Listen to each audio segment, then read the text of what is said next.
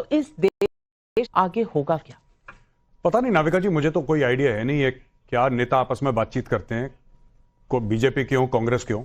तो अगर मनीष जी को अगर बोलने का नहीं मौका मिला तो हो सकता है उनके कोई पार्टी का मैटर हो। मैं इस पर कमेंट नहीं करूंगा।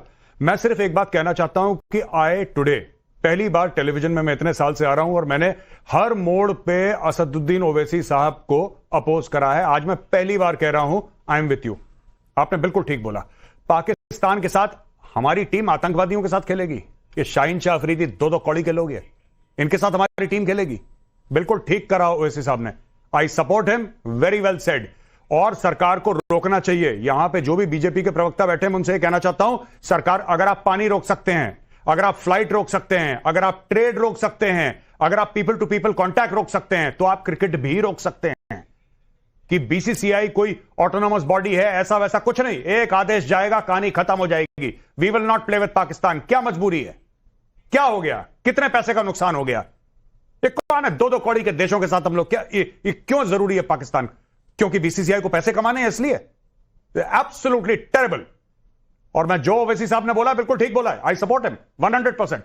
नहीं खेलना चाहिए, बिल्कुल नहीं खेलना चाहिए। किसी भी प्रकार का पाकिस्तान के साथ संपर्क नहीं होना चाहिए। ना पानी बहे, ना हवा बहे, ना परिंदे इधर उधर जाएं, कुछ नहीं। अभी शत्रुबोध है ही नहीं आपके पास। अभी तक ऑपरेशन सिंदूर ऑन है। आप पाकिस्तान के साथ क्रिकेट खेलना चाह रहे हैं। अब आप पाकिस्तान के साथ क्रिकेट खेलेंगे।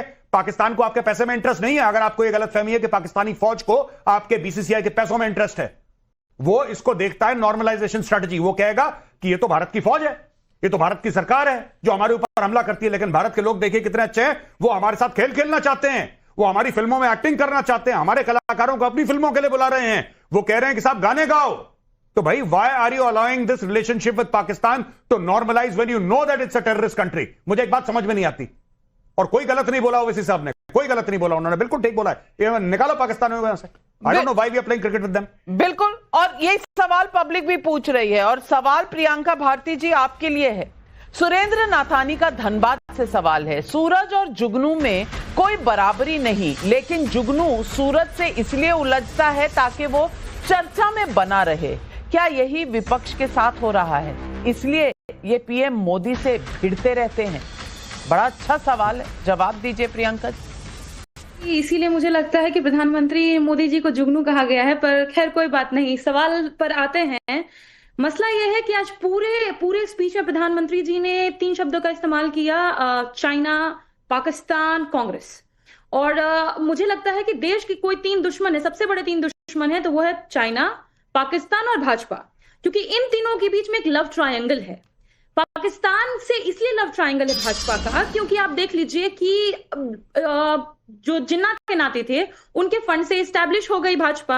अब उसका कर्ज चुकाने के लिए चले गए, अडवाणी जी को बोलना पड़ा कि जिन्ना सबसे सेक्युलर नेता है, और इसी रो में चले गए मोदी जी बिरयानी खाने के लिए। पर इतने से उनका मन नहीं भरा, बीच बीच में ये पड़ गए प्रेम में चीन के। अब मैं ऐसा क्यों कह रही हूं, आप खुद बताइए। कोई ऐसा मुख्यमंत्री रहा होगा देश का जो मुख्यमंत्री रहते हुए 4 बार चीन हो आया हो? और प्रधानमंत्री मोदी जी टोटल कुल मिलाकर 9 बार चीन होकर के आए हैं, और इतने से मन नहीं भरा तो चीन के प्रधानमंत्री को यहां बुला करके गुजरात में झूला झुलाया। आखिर ऐसा कौन सा उनसे याराना है?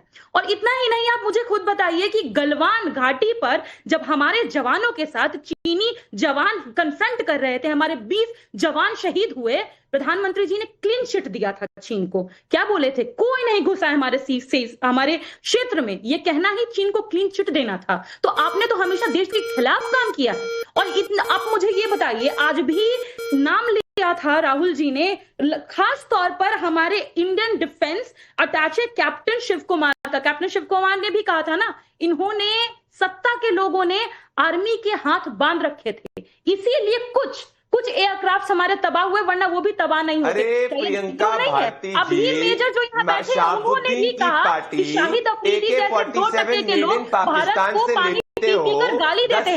ऐसे लोगों के पास बैठा रहते हैं हमारे देश के नेता अनुराग ठाकुर के बाद पाकिस्तान के अंदर एक चींटी तक नहीं मारते। पाकिस्तानी आतंकवादियों को मारा जाता था तो लालू प्रसाद यादव का दिल जो है वो दुखता था। आप ज्ञान दोगे हमें? ये चीनी बा करके घूमते थे, चीन को जाके जमीन दे दी है प्रियंका भारती, चीन को जाके जमीन दे दी। 90 से आपके नेता है, यहाँ पे बड़ी बड़ी बातें करते हो, चीन लिख नहीं सकता आपका नेता। आपकी स्थिति ये है, ये जाके क्या कर रहे थे डोकलाम के समय चाइना के साथ में, नेहरू जी ने काहे जमीन दे दी, उसके बाद जाके अलायंस कर दिया। आप तो हाँ, आपके नेता तो जेल के अंदर कन्विक्टेड है ना, नहीं समझ पाएंगे। चारा चोरी के अलावा आप नहीं समझ सकते फॉरेन पॉलिसी। ये प्रियंका भारती, ये देखो राहुल गांधी, ये चीनी एम्बेसडर चोरी छिपके डोकलाम के वक्त क्या कर रही थी प्रियंका भारती। मैं जानता हूँ आपको 10 साल तक रहे सरकार में, 10 साल तक रहे ना। 26-11 आतंकवादी हमले के बाद जब राहुल की सरकार ने मानी, लालू जी ने अलायंस तोड़ दिया। प्रियंका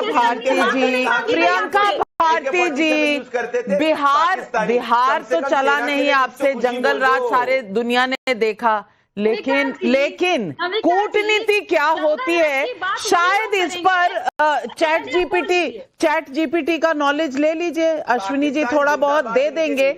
लेकिन मैं पूछना चाहती हूं विवेक श्रीवास्तव जी आपसे। विवेक श्रीवास्तव जी, क्या भारत ने 22 मिनट में घुटने टेक दिए थे? मैं पूछना चाहती हूँ, राहुल गांधी कहते हैं कि सरेंडर कर दिया था 22 मिनट में, यानी कि आप कह रहे हैं कि इस देश की जो आर्मी है, जो डिफेंस फोर्सेस है, वो हार कर आई है ऑपरेशन सिंदूर में। मैं पूछना चाहती हूं कि कोई सेंस ऑफ पर्सपेक्टिव है कि नहीं विपक्ष को, क्योंकि राजनीति है तो आप कुछ भी कह देंगे और पार्लियामेंट के फ्लोर पे कह देंगे, और जो आप कहेंगे वो पाकिस्तान दोहराएगा। और मैं ये भी पूछना चाहती हूं आपसे कि जब प्रधानमंत्री ने कहा है तो आप जवाब दे दीजिए कि क्या आप अपनी तरफ से ये जो सेक्युलरिज्म की भाषा है, ये जो आपकी तुष्टीकरण की जो राजनीति है, क्या युद्ध के मैदान में भी आप यही सोचकर बात करेंगे, चाहे वो बाटला हाउस का एनकाउंटर हो, चाहे वो सैफरन भगवा आतंकवाद हो जो 26/11 के बाद कहा गया था, चाहे वो आज की बात हो? नहीं, बड़ा पुअर एक रिस्पॉन्स था आज ऑनरेबल प्राइम मिनिस्टर का, और मेरे ख्याल से लीडर ऑफ ऑपोजिशन के प्रश्नों के उत्तर वो दे नहीं पाए। किसी तरीके से यहां वहां की बात जरूर कही गई, लेकिन आप आर्मी को और फॉरेन एक्सटर्नल अफेयर्स मिनिस्ट्री को एक ना माने। सरकार अलग है, फौज अलग है। फौज सरकार के इंस्ट्रक्शंस पे एक्शन लेती है, नो डाउट अबाउट इट, लेकिन पॉलिसी मेकिंग किस कंट्री का। जवाब संसद में दे दिया। अब क्या विपक्ष ट्रंप का नाम लेकर पीएम को घेरना बंद करेगा? वारिस पठान जी, इसका जवाब दे दीजिए, जनता का सवाल है। मैं जवाब उसके पहले मैं एक खाली क्लैरिफिकेशन देना चाहता हूं। अभी आपने कहा, हमने कहा, सबने कहा इंडिया पाकिस्तान मैच इस स्थिति में नहीं होना चाहिए क्योंकि ऑपरेशन सिंदूर जारी है। बीजेपी के प्रवक्ता प्रदीप भंडारी ने मुझे ये कहा कि आप लेटर लिखो राजीव शुक्ला को, वो बन गए। मतलब आप चाहते हो कि क्रिकेट मैच हो, यानी राजीव शुक्ला मोदी से, अमित शाह से, बीजेपी से सबसे बड़े हो गए हैं कि अगर उनको बोलेंगे मोदी जी के तुम मत खिलाओ तब भी वो खिलाएंगे। ये मान ले क्या देश, प्रदीप भाई, अगर अमित शाह बोलेंगे कि राजीव तुम ये मैच मत खिलाओ तुम लोग खिलाएगा। अब ये हद तक पहुंच गया है क्या देश? इतना भारी बन गए क्या वो? मतलब आप खुद चाहते हो कि इंडिया पाकिस्तान मैच हो, फिर मगरमच्छ के आंसू क्यों होना? नहीं, थोड़ा, अरे थोड़ा आप कह रहे हैं समय है, यानी कि सरकार इस पर पुनर्विचार कर रही है। प्रदीप भंडारी जी, क्या सरकार इस पर पुनर्विचार कर रही है? नहीं, मैं ऐसा कुछ नहीं कह रहा। तो क्या कह रहे हैं? मैं ऐसा कुछ नहीं कह रहा। आप कह रहे हैं रुक जाओ, मैं ऐसा कुछ नहीं कह रहा। मैं कह रहा हूँ समय आगे चल के कुछ भी हो सकता है। ये मेरे को नहीं, कुछ भी हो सकता है। आपकी पॉलिसी क्या है? सवाल इस बात का है। महेंद्र हरित का कैथल हरियाणा से सवाल है, पीओके वापस लेने का सही समय 1971 में आया था, जिसे कांग्रेस ने गवाया। अब पूछ रहे हैं पीओके क्यों नहीं लिया। श्रुति मिश्रा रायगढ़ छत्तीसगढ़ से पूछ रही हैं, संसद में मोदी जी ने जो कहा उसे देश की जनता समझ गई, क्या कांग्रेस और अन्य विपक्षी पार्टियां इसे ना समझकर खुद पर ही सवाल खड़ा कर रही हैं? शंकरलाल राठौर का देवास मध्य प्रदेश से सवाल है, क्या राहुल गांधी प्रिसाइज टारगेट का हिंदी अनुवाद जानते हैं? प्रियंका भारती जी 30 सेकंड में जवाब दे दीजिए। नवीन, आपने शुरू में ही मुझे कह दिया कि आप लोग से बिहार नहीं चल पाए। बताइए, आपसे चैनल ईमानदारी से चलता है? आप मेरे से ये सवाल करती हैं, हमारे पर जंगल राज बोलती है। जंगल राज हर वो व्यक्ति बोलता है जो दलितों के खिलाफ है, पिछड़ों के हकों के खिलाफ है, आदिवासियों प्रियंका जी मैं बिल्कुल ऐसा नहीं कह रही थी। मैं इसीलिए कह रही थी क्योंकि जनता ने आपको दोबारा चुना नहीं ना।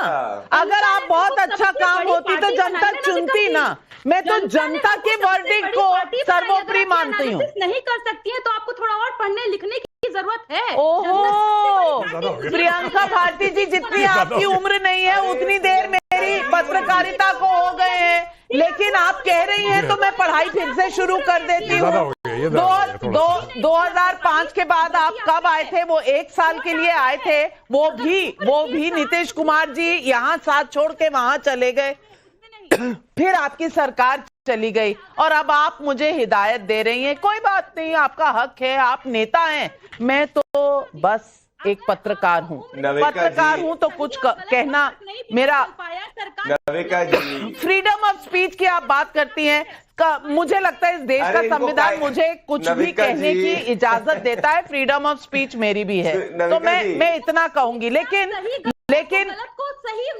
नविका जी नहीं, बिल्कुल मेरा समय इस वक्त दिखा रहा है कि टाइम बिल्कुल खत्म हो गया है, लेकिन सवालों के जवाब प्रधानमंत्री ने दे दिए राहुल गांधी को। समझ आए या नहीं आए ये तो कांग्रेस ही तय करेगी, लेकिन सबसे बड़ा सवाल जो रह गया है वो यही कि ऑपरेशन सिंदूर क्या एक तमाशा था? ऑपरेशन सिंदूर पर क्या जो 2 कांग्रेस के नेता बाहर डेलीगेशन पे गए थे उन्हें बोलने नहीं दिया गया? और अगर बोलने नहीं दिया गया और उन्हें ट्वीट करना पड़ता है, एक कहते हैं मौन व्रत, दूसरे कहते हैं मेरी खामोशी को समझो, तो इसे क्या माना जाए? क्या माना जाए इसे? जो आज भी सवाल उठाते हैं कि क्या ऑपरेशन सिंदूर में भारत जीता, ये सवाल आज भी पूछते हैं। उनका इलाज क्या है ये तो जनता तय करेगी।